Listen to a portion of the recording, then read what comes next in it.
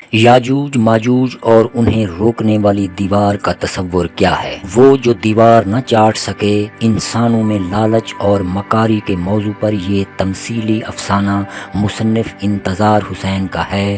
اس کے مرکزی کردار یاجوج اور ماجوج ہیں۔ جس دیوار کو وہ چاٹ چاٹ کر ختم کرنا چاہتے ہیں اسے ادب میں سد سکندری کہا جاتا ہے۔ مجازی معنوں میں ایسی دیوار یا روک جو نہایت مضبوط اور مستحکم ہو۔ سکندر یونانی سے اس دیوار کے جڑنے کی روایات بہت کم ہیں، کیونکہ اسلام کی مقدس کتاب قرآن میں لکھا ہے کہ یہ دیوار ذوالقرنین نے بنائی، جو ابو الکلام آزاد اور بہت سے شارحین قرآن کے مطابق سائرس اعظم کا لقب ہے۔ انسائکلوپیڈیا برٹینیکا سے منسلک ریچرڈ اینڈ فرائے کی تحقیق ہے کہ حضرت عیسیٰ کی پیدائش سے 590 سے 580 برس پہلے پیدا ہونے والے سائرس اعظم نے آخمینی سلطنت کی بنیاد رکھی، جس کا مرکز فارس تھا۔ سائرس ان کا نام تھا یا لقب واضح نہیں، لیکن فرائے کہتے ہیں کہ وہ ایک روادار اور مثالی بادشاہ تھے۔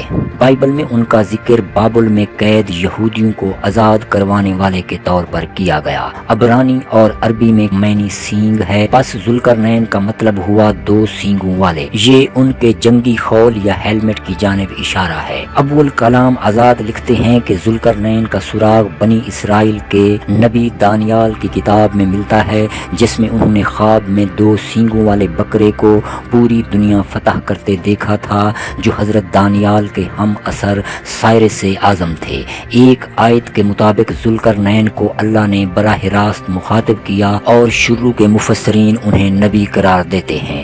بعد میں آنے والے ابن تیمیہ اور ان کے شاگرد حضرت ابن کثیر بھی اسی تفسیر کی تائید کرتے ہیں۔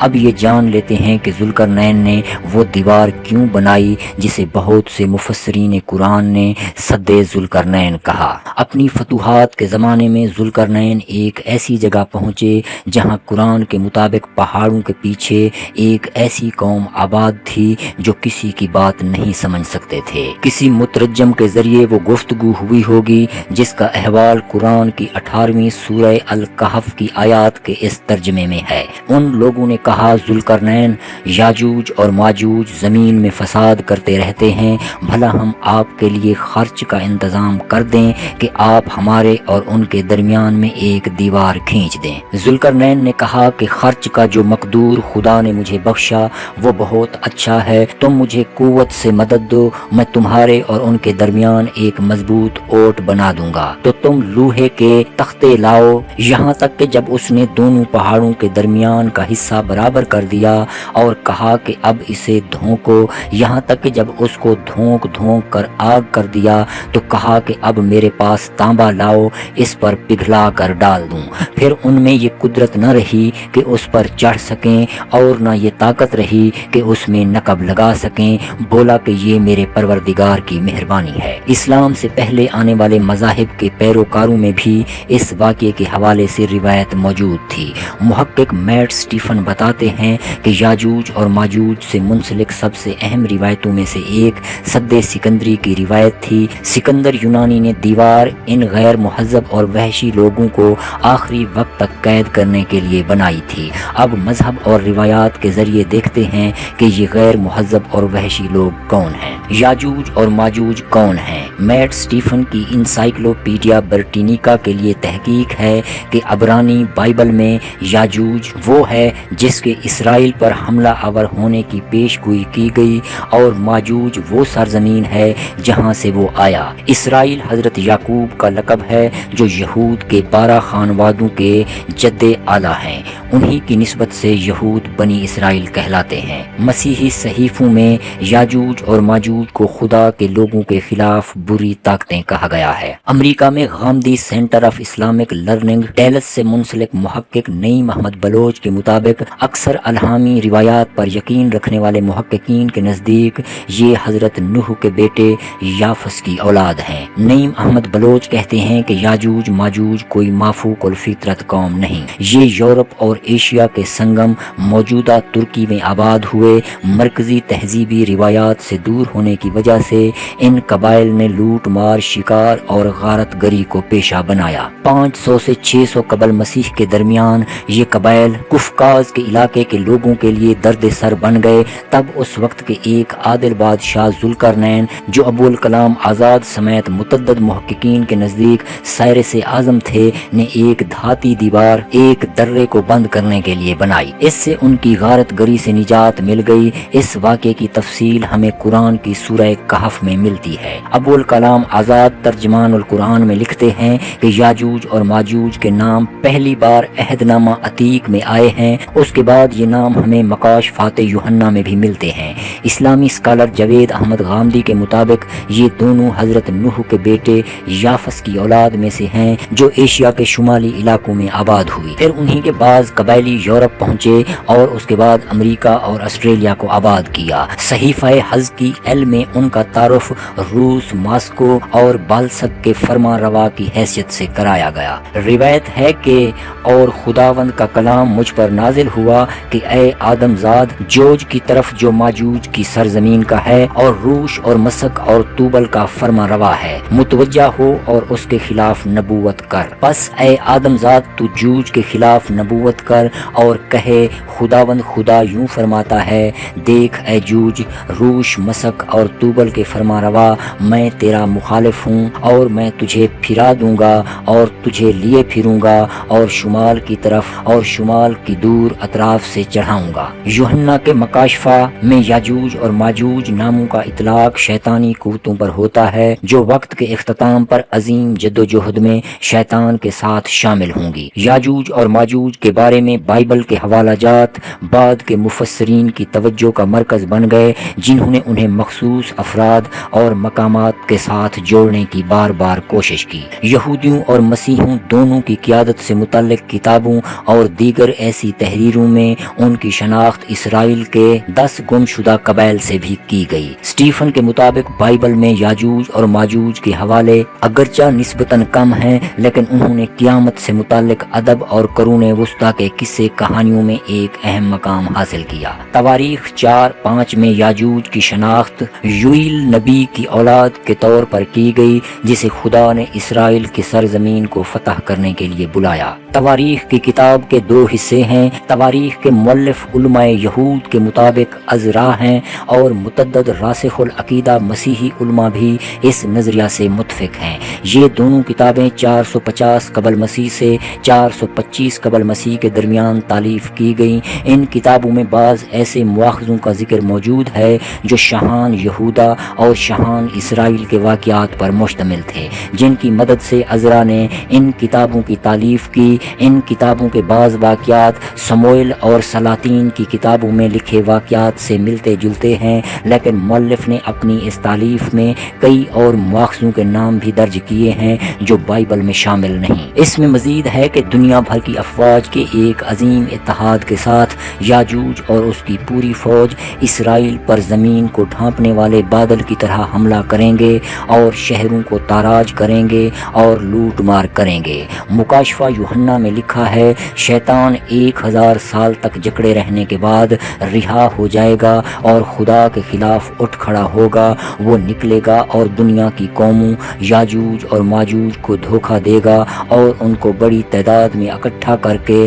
سینٹس اور خدا کو پسند شہر یروشلم پر حملہ کرے گا۔ ضد مسیح یا دجال اور آخری شہنشاہ کے قرون وسطیٰ کے قصوں میں بھی ہے کہ یاجوج اور ماجوج کا شیطان کی فوجوں کے ساتھ اتحاد ہوگا، اور پیش گویاں ہیں کہ یاجوج اور ماجوج دجال سے پہلے اس کے آنے کی علامت کے طور پر دجال کے زیر قیادت ظلم و ستم میں حصہ لیں گے، یا آخری فیصلے سے پہلے کی جدوجہد میں دجال کی شکست کے بعد ابھریں گے۔ ماہر الحیات فیور کے یو آخم کے مطابق یاجوج آخری دجال ہے۔ یو آخم کے خیال میں یاجوج آخری فیصلے سے بالکل پہلے آئے گا، لیکن صرف پہلے کے دجال کی شکست اور 1000 سالہ امن کے دور کے بعد۔ اسلام میں یاجوج ماجوج سے متعلق کیا تصورات ہیں؟ اسلامی تعلیمات میں یاجوج اور ماجوج 2 دشمن بدعنوان قوتیں ہیں جو دنیا کے خاتمے سے پہلے زمین کو تباہ کر دیں گی۔ ان کا تذکرہ اسلام کی مقدس کتاب قرآن کی سورتوں کہف اور الانبیاء میں کیا گیا ہے۔ قرآن کے مطابق یاجوج اور ماجوج سے خوفزدہ کچھ لوگوں نے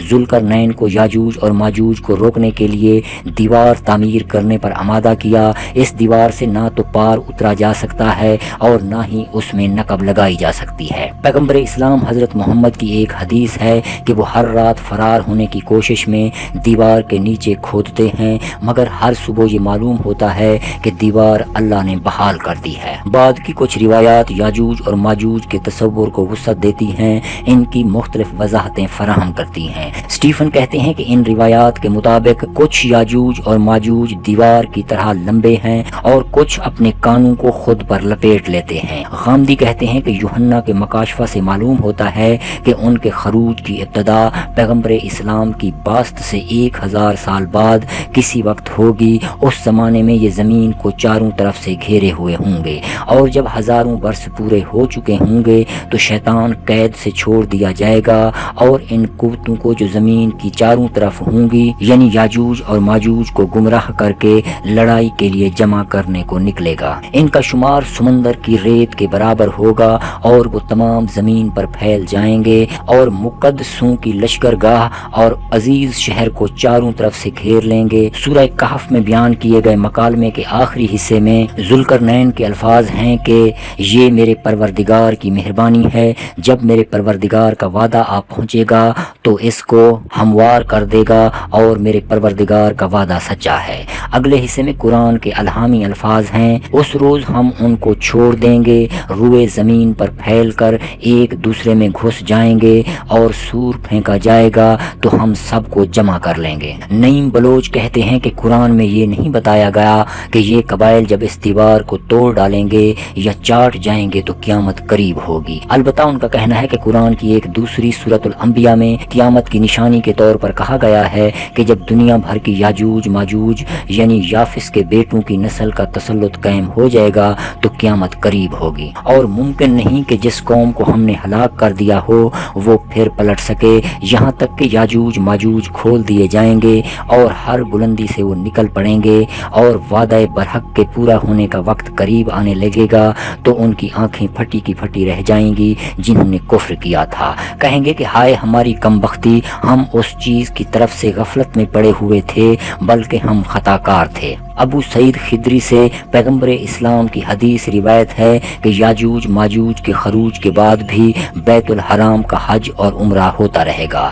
غامدی اس سے یہ مطلب اخذ کرتے ہیں کہ یاجوج اور ماجوج کا فتنہ اگرچہ بہت بڑا ہوگا لیکن اس زمانے میں بھی اللہ کے بندے موجود رہیں گے جو ان مراسم عبودیت کو اپنے پروردگار کے لیے قائم رکھیں گے۔ اس میں مبتلا ہو کر ہر شخص خدا کے دین سے برگشتہ نہیں ہو جائے گا۔ اسٹیفن لکھتے ہیں کہ اسلامی روایات کے مطابق وہ قدیم دنیا کے شمال مشرق میں بڑی تعداد میں اختتام کی علامت کے طور پر نمودار ہوں گے، پھر جنوب کی طرف بڑھیں گے، دجلہ اور فرات کے دریاؤں کے سمندر کا پانی پئیں گے اور راستے میں سب کو مار ڈالیں گے۔ جب ان کے تیروں کے لیے کوئی انسانی ہدف باقی نہیں رہے گا، یاجوج اور ماجوج آسمان کو تباہ کرنے کی امید میں آسمان پر تیر انداز ہوں گے۔ محقق نعیم محمد بلوچ کے مطابق الہامی مذاہب کی روایات پر یقین رکھنے والے محققین کے نزدیک روس، چین، انڈیا اور یورپ کی قومیں اصل میں یافس ہی کی اولاد ہیں اور دنیا کے خاتمے کے وقت انہی قوموں کو عروج حاصل ہوگا، لیکن پھر ہر عروج کی طرح برائی کے اس عروج کو بھی زوال ہوگا۔ تواریخ میں ہے کہ خدا خوفناک قدرتی آفات بھیجے گا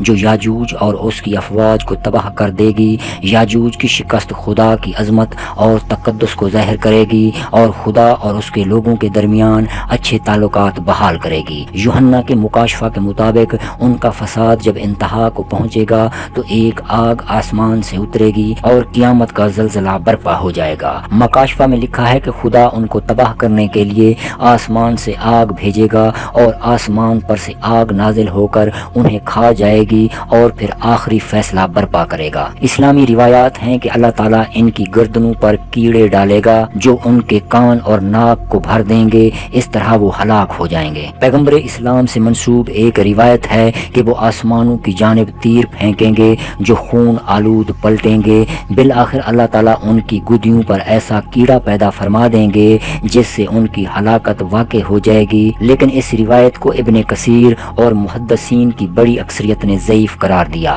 بہرحال غامدی لکھتے ہیں کہ انسان ان کو شکست دینے میں کامیاب نہیں ہوں گے، اللہ تعالیٰ ہی اپنی طرف سے کوئی آفت ان پر مسلط کریں گے جس کے نتیجے میں دنیا والوں والوں کو ان کی غارت گری سے نجات حاصل ہو جائے گی۔